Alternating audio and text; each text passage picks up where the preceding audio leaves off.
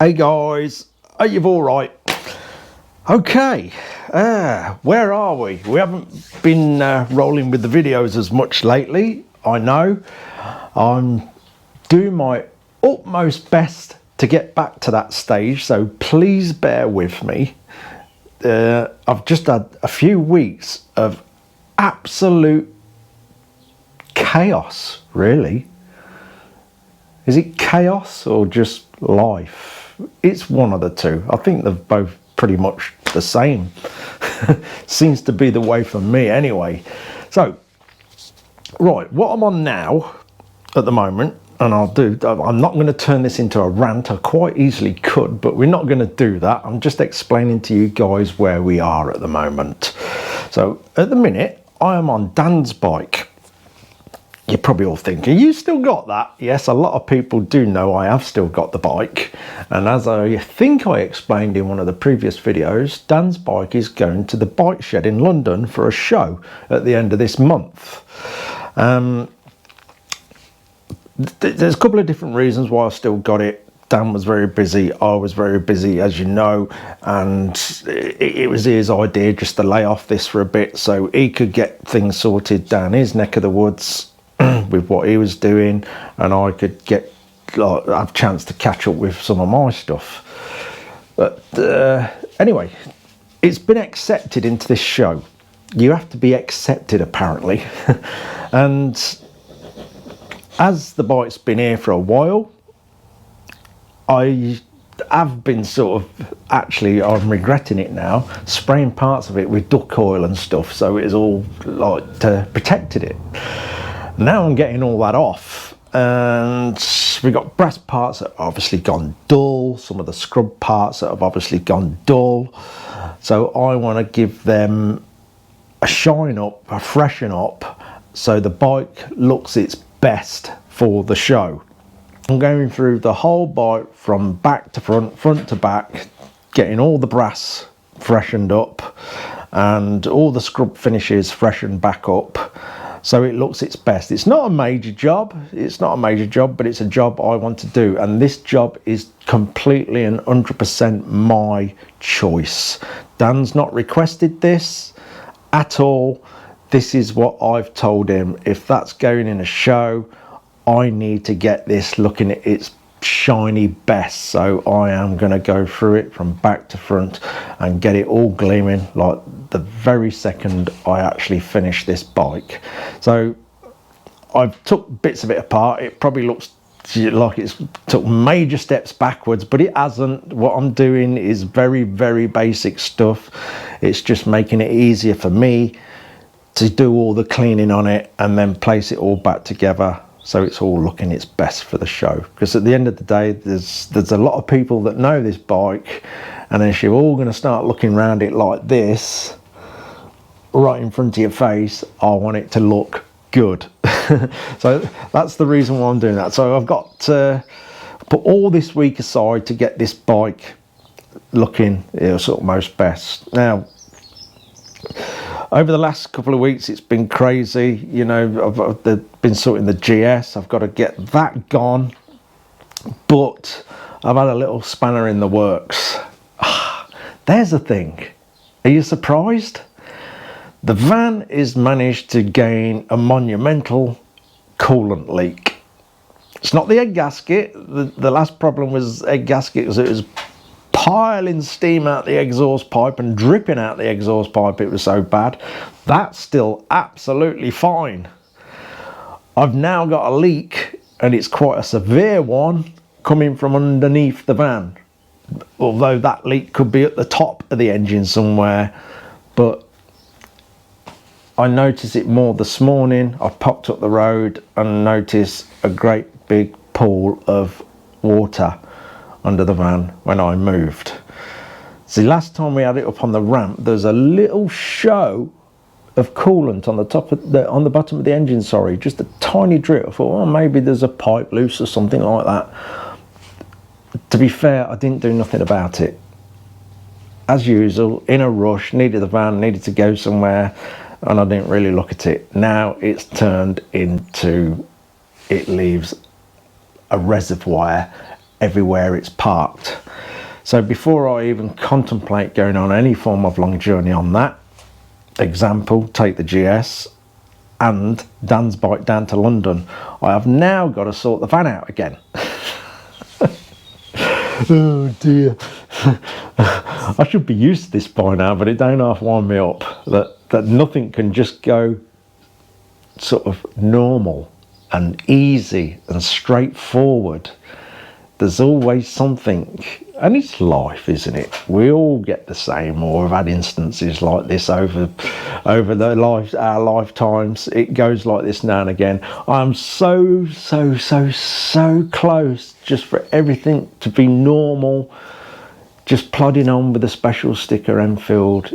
It's quite annoying. I'm that close, but little things keep getting in the way. Tracy's Mini, I've only just took the top off that engine to have a look, see where the problem is on that, because it's been that busy. Sort of found the problem on that. I've had all the lid off, all the intercooler has to come off, blah blah blah, and it's a broken chain guide. But I think I'm just going to replace the lot, the whole cam chain system on it, just to be 100% sure, because I don't want to cut corners and have to dip into that engine again because I've only done half a job. So I've got to do all that as well. But obviously she wants her car back, and I'm always in the doghouse anyway, so I've got to try and do that as well, just to take the sting out of that sort of things. I've had children screaming at me for different things and everyone falling out, and I've just tried to step back. Oh dear, I just need to get on my own stuff for a while, just to catch up in here. I'm so desperate for that. So anyway, yeah, I'm this close for everything just to being back to normal, and I can possibly have weekends off and things like that, because I have just been doing stupid hours 7 days a week for I don't know how long, and I'm getting tired, to be fair. I'm starting to wear down, and I'm just so close, like I say, to get everything back to normal. Anyway,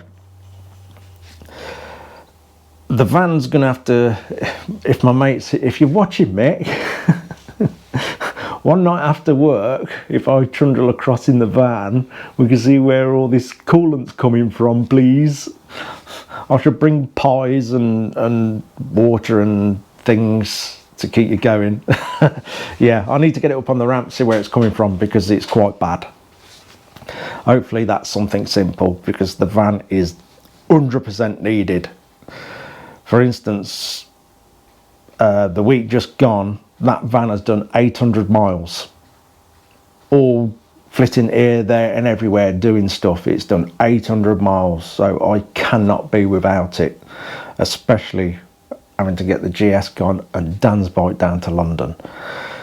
I could do with about 4 or 5 people at the moment, just for about a month, to get completely caught up, so I can just get settled back into my little routine of bikes, videos and enjoying it.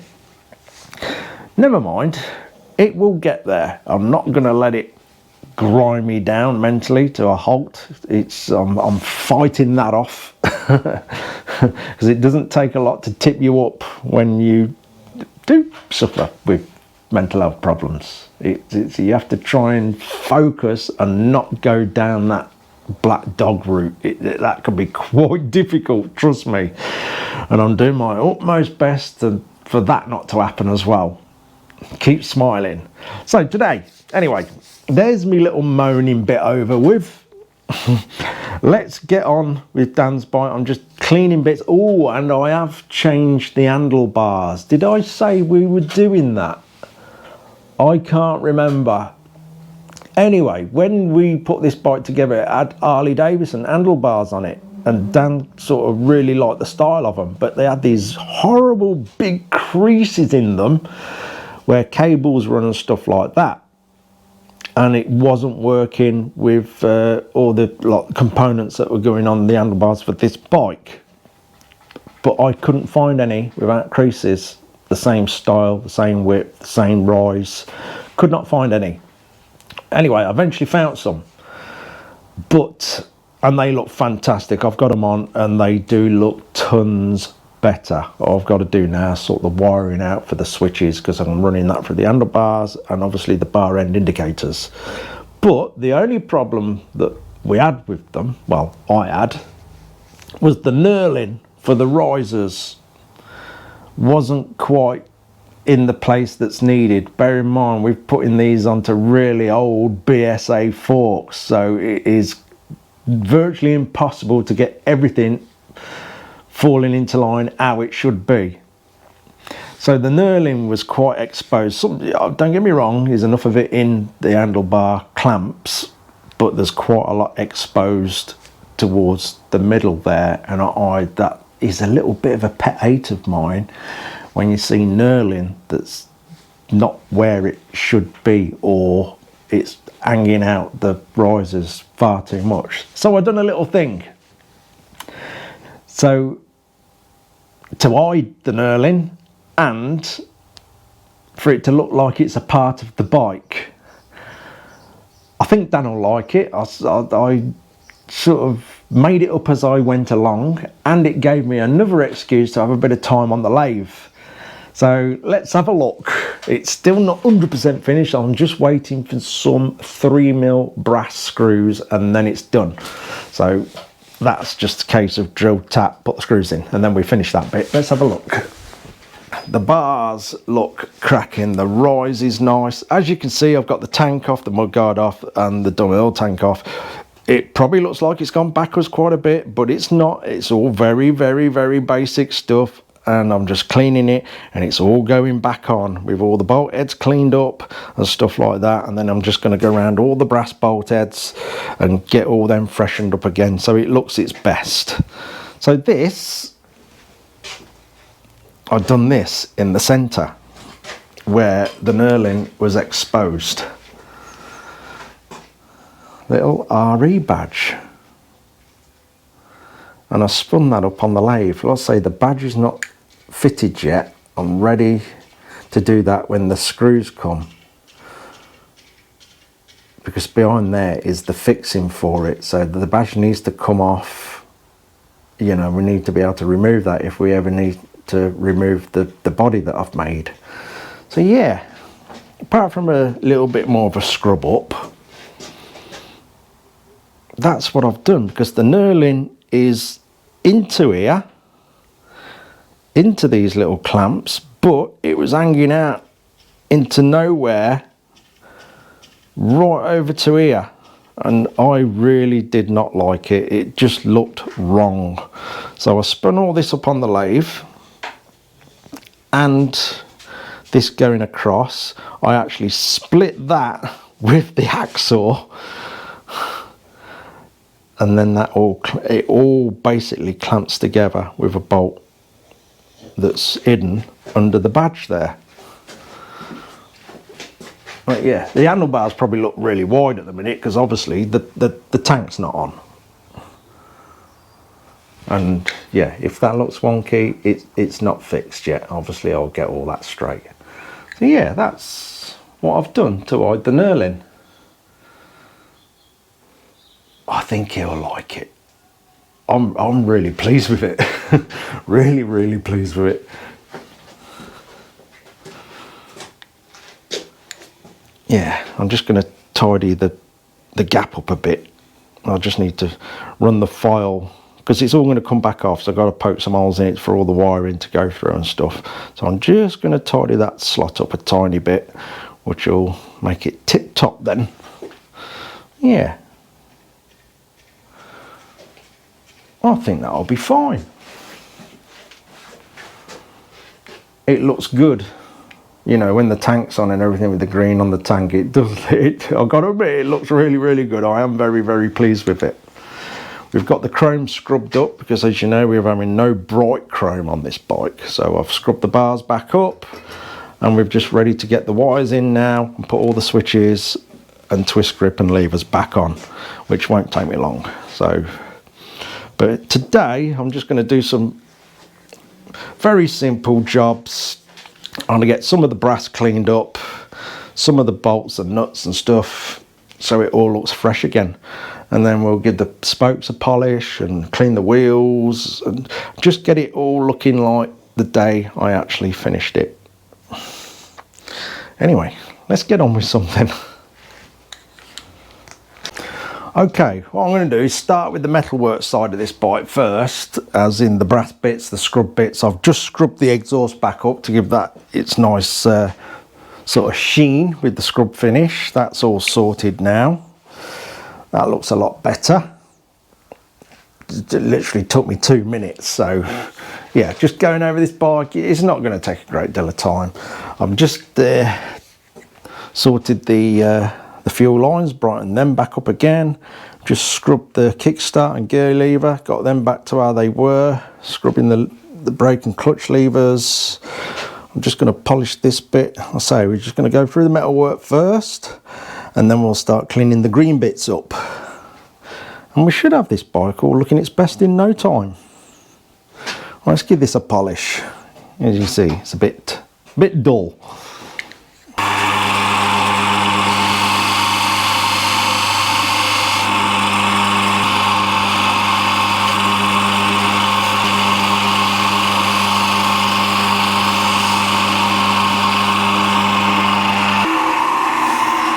Got my nice pink cloth on there.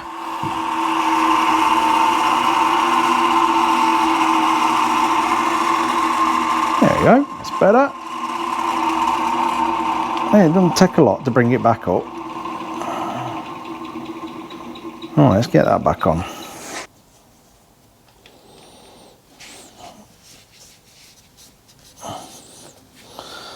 I think next let's do this oil line. I'm not going to take that off, I'm going to do that on the bike because I don't want to break the seals.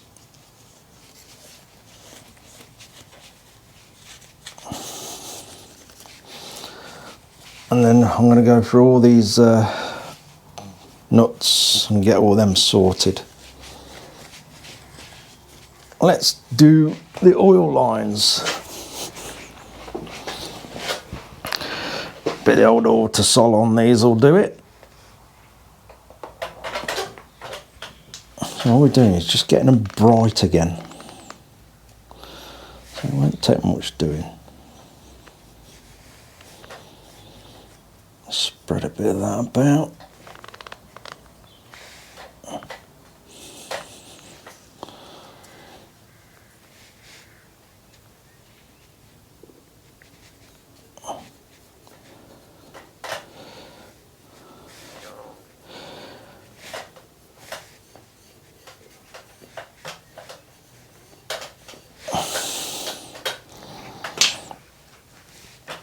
Do the easiest thing with these, I think, just cut into them a bit, like so.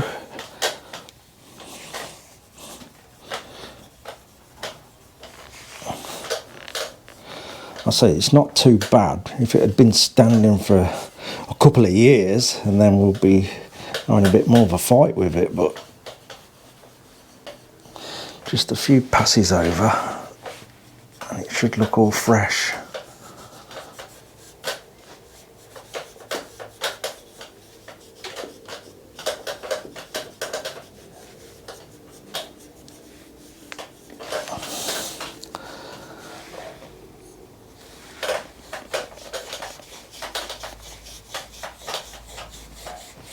Oh, that's better.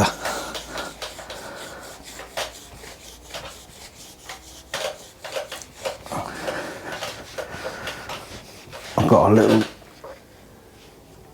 wire brush that will just brighten the bolt heads back up. A little soft brush.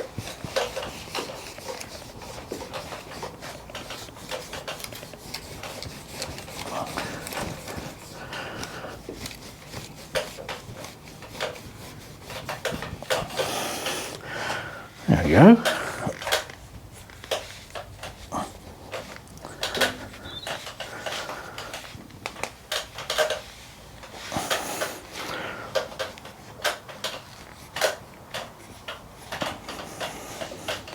shiny.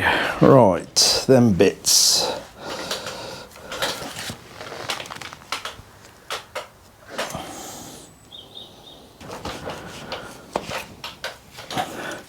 Bingo.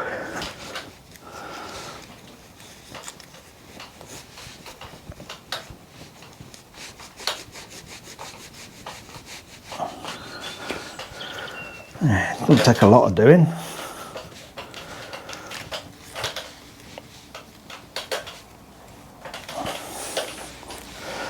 Flows better already. So I've got some little things for cleaning all in here, which won't take a lot of doing. Even like earbuds and stuff, just get the dust out. In fact, I'll go and pinch some of them in a mo. It's just a wipe over, it's just dusty, that's all it is. Just a wipe over and it's sound again.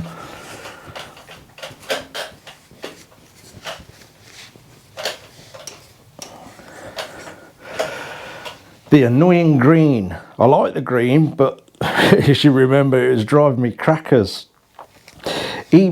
All this was powder coated at the same time, this bike.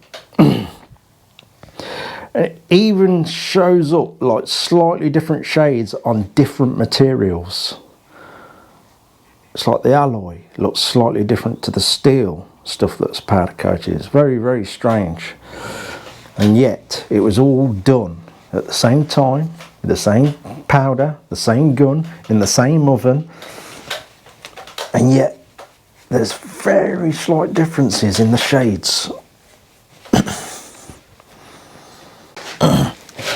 Right, we got that brass and copper nice and shiny. Now I'm going to get in to all the tricky bits on the fins and try and get them clean. So some good old earbuds. Don't the Americans call these Q-tips? Have I got that wrong? I don't know. Perfect for cleaning bikes. So all I'm going to do with this is this GT85, spray a bit of that on there, because this will help pick up the muck, and then when the heat of the engine, the residue of this will disappear. It's amazing how stuff gets so dirty doing absolutely nothing. We'll have it all nice and shiny again. So I'm going to ask some of you guys a question, because I have no clue. As you know, we're sort of in the countryside here, and I don't normally venture into cities. They're not normally my favourite place. And obviously we've got to do that into London with this bike. These charges, anybody know anything about that?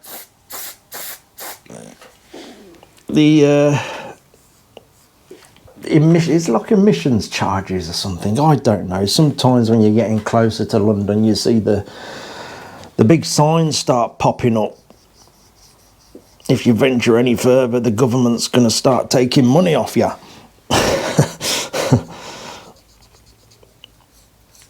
And I've never ventured that far into London, to be honest.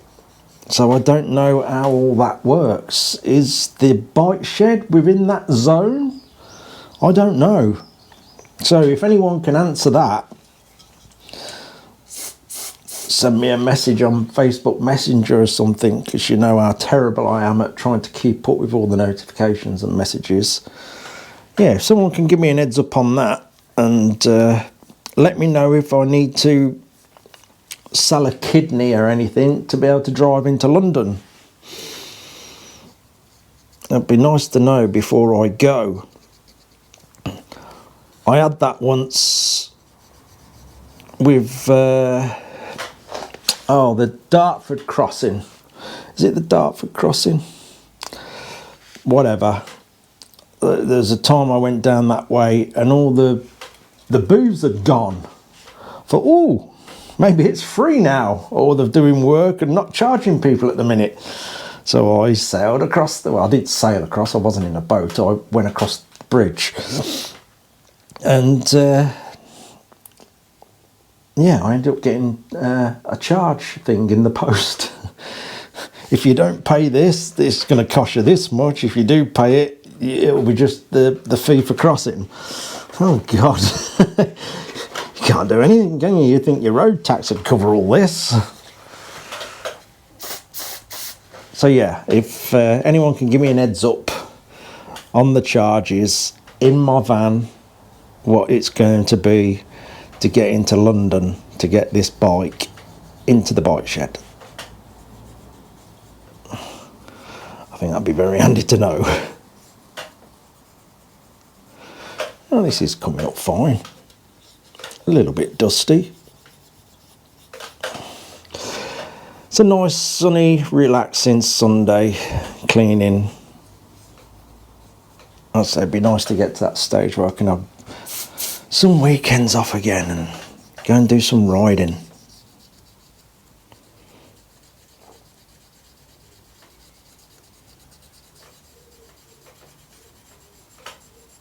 Yeah, it's quite dirty. That was a dusty.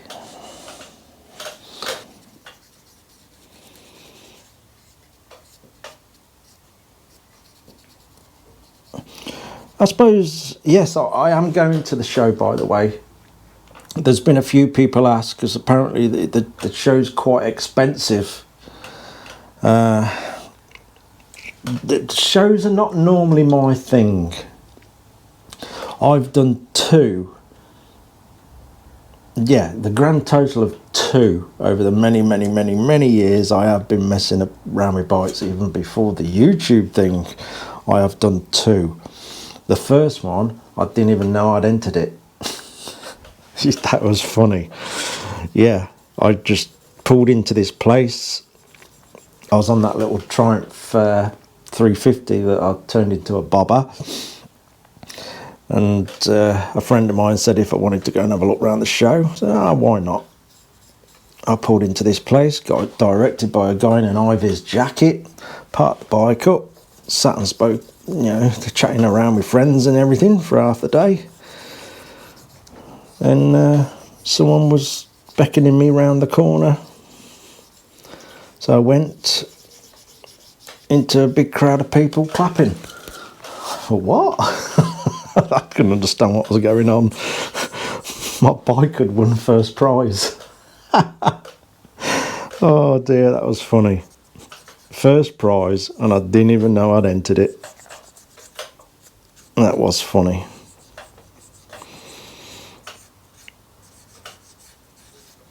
The second show was a BMW. Again, it weren't really my thing. I got asked to do it. And this other BMW won the show. Yeah, it's I certainly don't go in there to win anything, because there's so many amazing, absolutely amazing guys out there that build bikes far better than what I can do. But the bike that won it was a bit like wires hanging out of it and stuff. It was like, do you know them speaker wires you get when you put silly stereos that are really loud in your car? Them really thick wires, and they're normally like a sort of see-through type transparency red colour with gold wires in. It had all them hanging out of it. Well, that's a bit off. I'm sure he's forgot to tuck them up. Yeah, and that won. Fair enough. Fair play to the guy. He must have been proper happy. But then me and a friend of mine seen this bike a couple of weeks after the show. I'm obviously not going to explain what show it is or what bike exactly it was, but we'd seen the bike a few weeks later in a motorcycle shop. And me and we said, oh, I recognise that. So we asked the guy, what's that doing here? So our chap's just bought it. It don't work. Nothing works on it. Oh, okay. That won the show a couple of weeks ago. Indicators didn't work, didn't run. So it was in this place getting sorted out. Fair play to the guy who won a show without the bike even like working. Takes all sorts. Yeah, like I say, shows are not normally my thing. I'm quite, did you call it a recluse? I don't know. I'm not really good round lots and lots of people. I'll get a bit uncomfortable. But I'm gonna go. I've got to find out when this bike's got to be dropped there. I'll probably go on the Saturday. So if anybody's there on the Saturday, come and say hello and we'll have a rattle. And I don't drink, so I won't have a beer with you. I'll have a cup of tea. Yeah, come and say hello.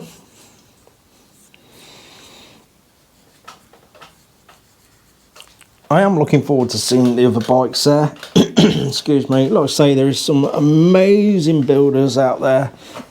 I don't see myself as one of these pro builders. I really don't. I'm more than comfortable with just a guy messing about in the garden shed. That's what I prefer.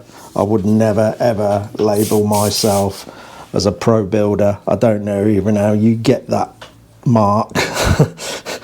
Did these people give it themselves, or do you have to go through something to call yourself a pro builder? I don't know. How does that work out? Anybody ask me, I'll be, oh no. I'm just a guy messing about in the shed, tinkering away. Certainly not a pro builder.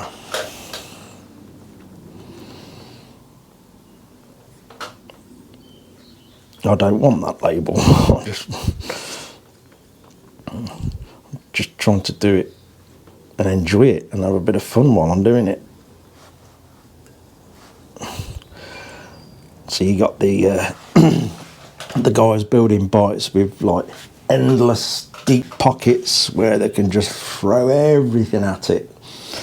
All machine parts and all the best of the best off the shelf and stuff, and some of them do some beautiful designs.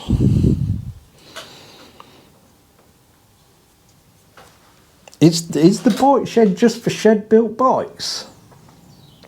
I don't know nothing about it. Or is it open to all the guys with extremely deep pockets? I have no idea.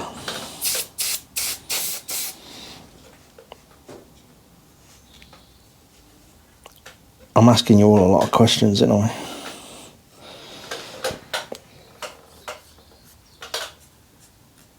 Ooh. It's starting to get better. I'm using a lot of earbuds. I think I might have to go and buy some more.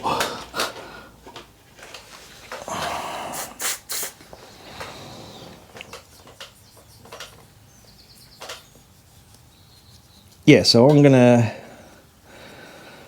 go on the Saturday and have a walk around. Obviously I'll see some of the bikes when I drop this one off, but I will drag myself there on the Saturday. I have never been. Normally when someone says London, I'll go, no thank you. I'll give that one a miss.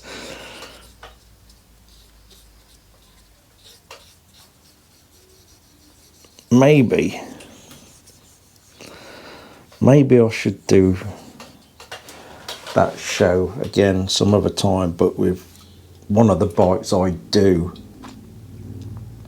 in here, you know, to exactly how I want it, and really go for it with the fabrication side of things. Come up with some crazy designs and like how the seat mechanisms, springs work and all that. Maybe I should do one just for a show. Let me know if you think I should do that, but go. There's lots of these Enfield. I ain't even scratched the surface. You should bear in mind I've bashed metal around for 25 years. I ain't even scratched the surface of some of the crazy designs that I have in my head. Maybe we should do a real special one for a show.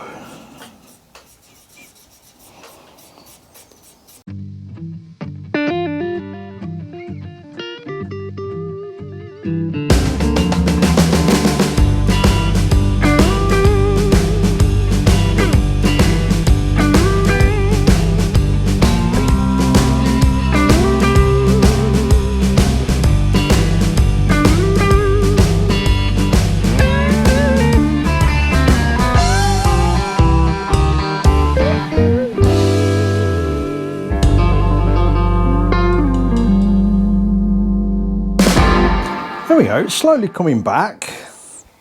It won't take long.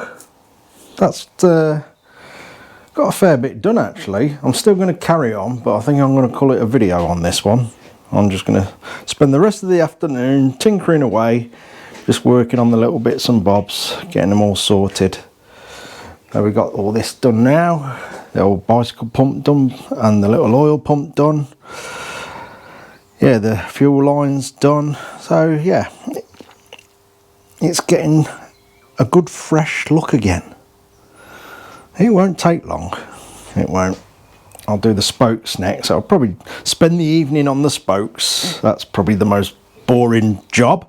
So I'll do that this evening. The evenings, I'll get very bored in the evenings. So that's going to be better than just sat down the house doing nothing.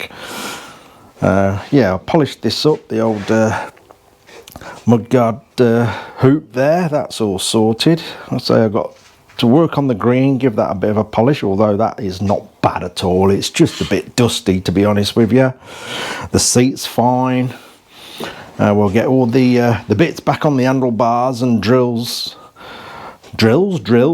holes in appropriate places for the wires and stuff to run through.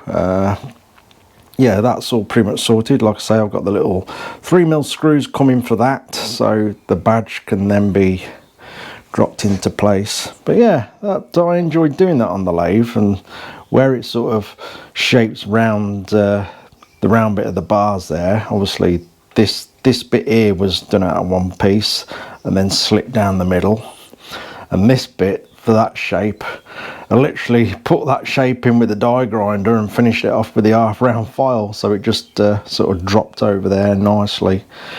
So yeah, I enjoyed doing that actually. It's maybe an idea I'll use on other things because I quite like it.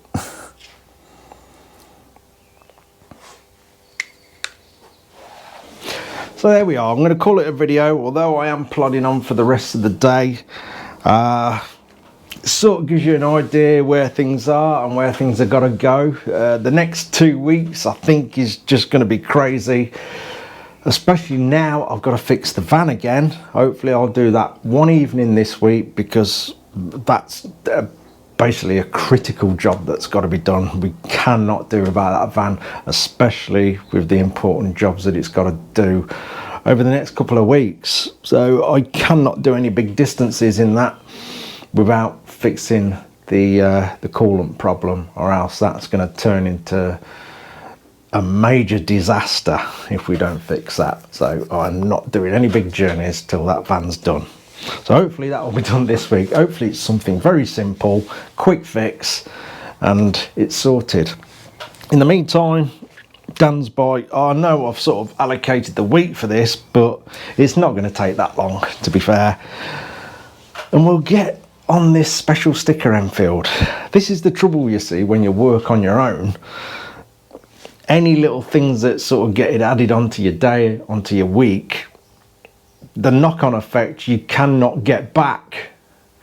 It's like if I get called out of here, things to do with family, children and all that, everything stops in here. There's nobody carrying it on for me. It just stops, and then you're just chasing your tail, trying to catch up. It could be a bit of a nightmare sometimes. And that's the joys of working on your own. Even when you have to pop out and get parts, everything in here stops because there's nobody doing it for you. So I'm sure some of you understand, so bear with me. we've got to get the van fixed, and then I can get bikes to where they should be. And I think after the next 2 weeks, things will be sort of going back to how they should be. So I'm still going to get a bit done to the special sticker Enfield this week. I think I will have time to get a few bits done on that. We'll probably get the seat done actually, get that all done and in place, the springs on. And then, like I say, there's not a massive amount to do to that. It'll be just a big clean up on bits, because obviously it's been stood a while. And we'll bring that up to date and get to that stage where it's coming apart, everything going off for painters and powder coaters. And then at that point we'll pull the engine apart, get all that looking beautiful, and we'll soon have it done. Do some wheel building and stuff, and hopefully someone out there will have that special sticker and have themselves a little Enfield bobber. Anyway, that sort of gets you to where we are anyway. I've just seen a few people asking actually, is there a video this week? So yeah, I'm cutting this one off just to go and get a video out so you all know where we are at the minute. Anyway, that'll do. Thank you all so much for watching, and hopefully we'll get our stride back very, very, very soon on the special sticker Enfield. Cheers for watching, guys. Take care.